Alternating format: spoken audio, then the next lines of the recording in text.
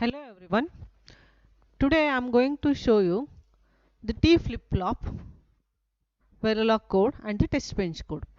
Let me open the T flip-flop Verilog code. As the name says, T stands for toggle.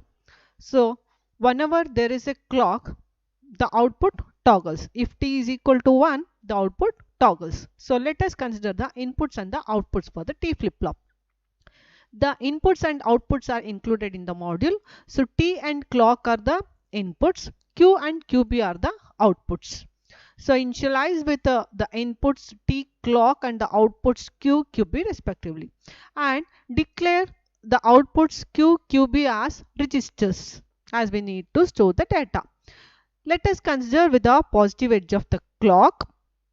So consider always at the positive edge of the clock. Begin when there is a case. If this T is equal to 0, then Q follows the same inverted one, and if it is 1, it follows Q. So end the case. By default it will be the Q bar will be the negation of Q, and close the module, that is end and end module. This is about the Verilog programming.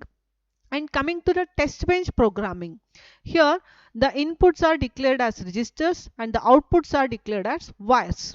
So T and clock are declared as registers and the outputs Q and QB are declared as wires. And consider the instantaneous unit under test. So unit under test for T flip-flop is considered as .T, .clock, .Q and .QB. So initialize all the inputs for the monitor. T is equal to %B, then T is equal to %B with Q bar, again %B with the T and QB. If T is equal to 0, Q is equal to 0, end it. Otherwise always consider with the positive edge of the clock with a 10 nanoseconds delay. So with the 10 nanoseconds, T is equal to 1, with 20 it will be 0, again with 40 it will be 1.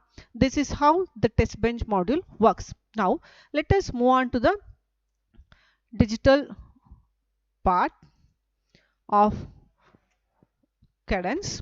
So here, to invoke the cadence, type CSH.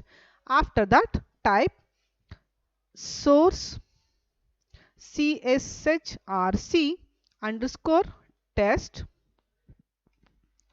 Now it shows welcome to cadence tool suite, and then type NC launch. Done. So now your NC launch window of cadence is opened. Under programs of Verilog, in the same folder I have created T flip-flop and the test bench file. So before that, whatever is there in the work library, just delete all the files.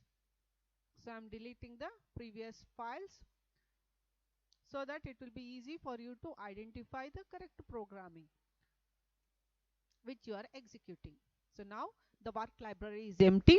Just select T flip-flop and launch the Verilog compiler, and also for test bench launch the Verilog compiler. Now both will come under this work library. So we can observe T flip-flop and T flip-flop test bench. So previously I emptied the work library, right?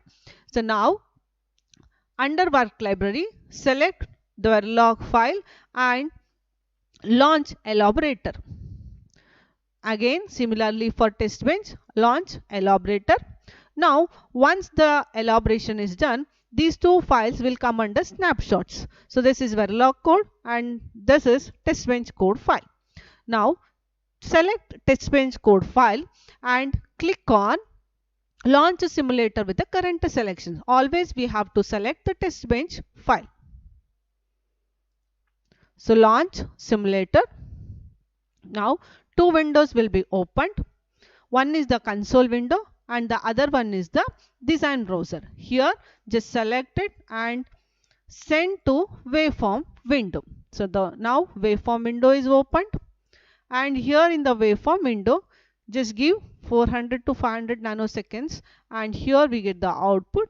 Just observe the output and check the Q bar outputs. So this is how T flip-flop output has to be seen. Thank you for watching the video.